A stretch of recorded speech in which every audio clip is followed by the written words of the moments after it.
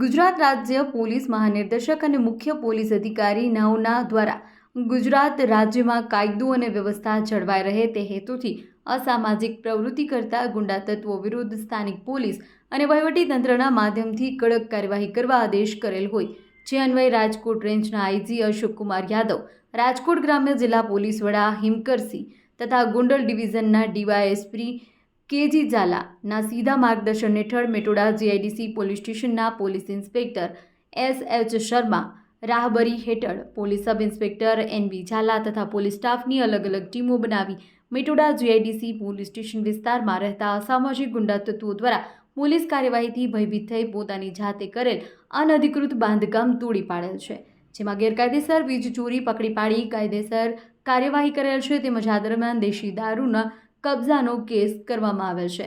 સાથે જ આ કેસ પર કામ કરનાર SH. Sharma, police inspector Shri NB. Zala, police sub inspector police head constable Yogirajsinh Ajaysinh, Jasmatbhai Ambabhai, Hareshbhai Karshanbhai, Mayursinh Aniruddhsinh, police constable Ravubhai Tapubhai, Subhashbhai Labhubhai, Chandrarajsinh Jaydevsinh, Nitinbhai Dhirajbhai, Rashidbhai Virjibhai દ્વારા કેસ અંગે કામગીરી કરવામાં આવી હતી।